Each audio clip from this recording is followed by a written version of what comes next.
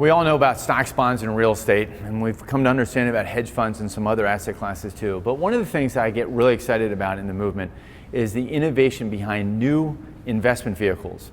And we've got an expert with us today from social finance, a guy named Mike Silvestri, super serious about his Christian faith, and who comes out of a great program at Harvard and is now a senior director at social finance, where he looks at social and career impact bonds, something that was brand new to me about 6 months ago. So Mike, thank you very much for being with us. First, give us a little bit of an overview of the history of social and career impact bonds. Thanks for having me, Henry. It's a privilege to be part of this community. I'm just inspired by the work that everybody's doing. I want to start just by talking about pay for success, because that's really the family of investment structures that we're talking about here. Pay for success is really just a set of financing strategies or principles for how to finance social services.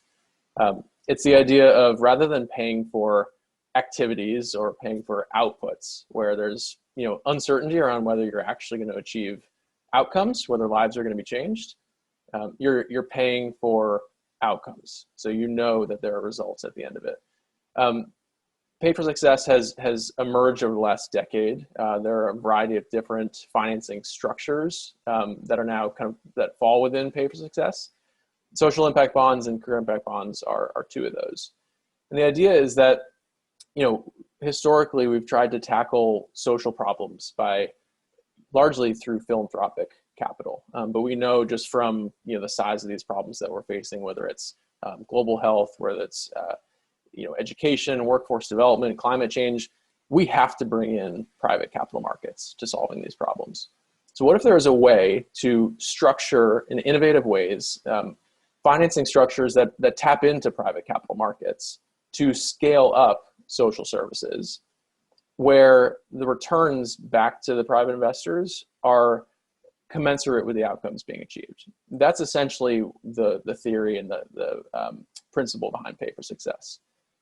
So a social impact bond is one way of doing that.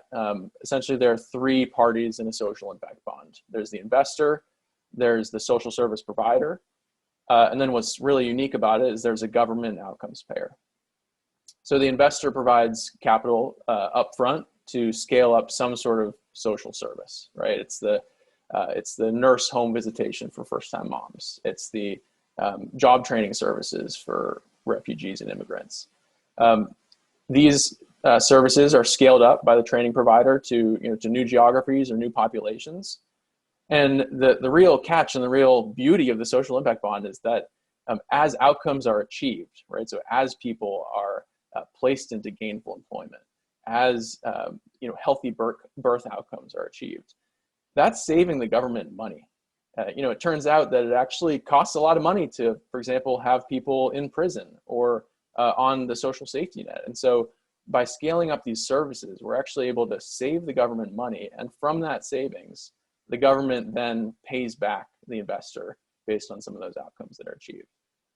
So the social impact bond is really a win-win-win, right? The investor in the ideal world gets a return on their investment. The social service provider gets to scale up their program to new populations and achieve the impact that is why they exist. And the government outcomes payer only pays when outcomes are achieved. So if the outcomes don't happen, then they're not on the hook. And if they do happen, then again, the government is actually paying for success rather than throwing money at a problem and hoping that it works. Okay, so tell us a little bit more about career impact bonds. You gave us a quick overview at the beginning. You're working on some projects right now, and you think that that's something that the church can really get behind. There's tremendous opportunity for the church to play a role. And I think there are lots of different roles, right? I think faith-based investors have an opportunity to put their capital towards these types of opportunities and really help them become mainstream. Churches have a role to play both as a mainstream service provider in these kinds of deals, right? Whether it's providing job training or English language classes, et cetera. And I also think that the church with a capital C has a role to play in advocating for government agencies at all levels, federal, state, and municipal, to put money towards outcomes in a world where we are so used to putting money towards activities or outputs with questionable results. So I think there's just a tremendous opportunity. I'll also just say that these deals have been structured over the last decade. There's about 180 impact bonds around the world now, targeting a range of issue areas. These issue areas ought to matter to faith-driven investors, whether it's criminal justice, whether it's education and health. But the reality is these deals are often structured without a lens that takes into account spiritual outcomes, right? Somebody might get placed into a job or been taken out of the criminal justice system. But then what, right? Are they being connected not just to a job, but to Christ? We can improve their physical health, but are we improving their spiritual health?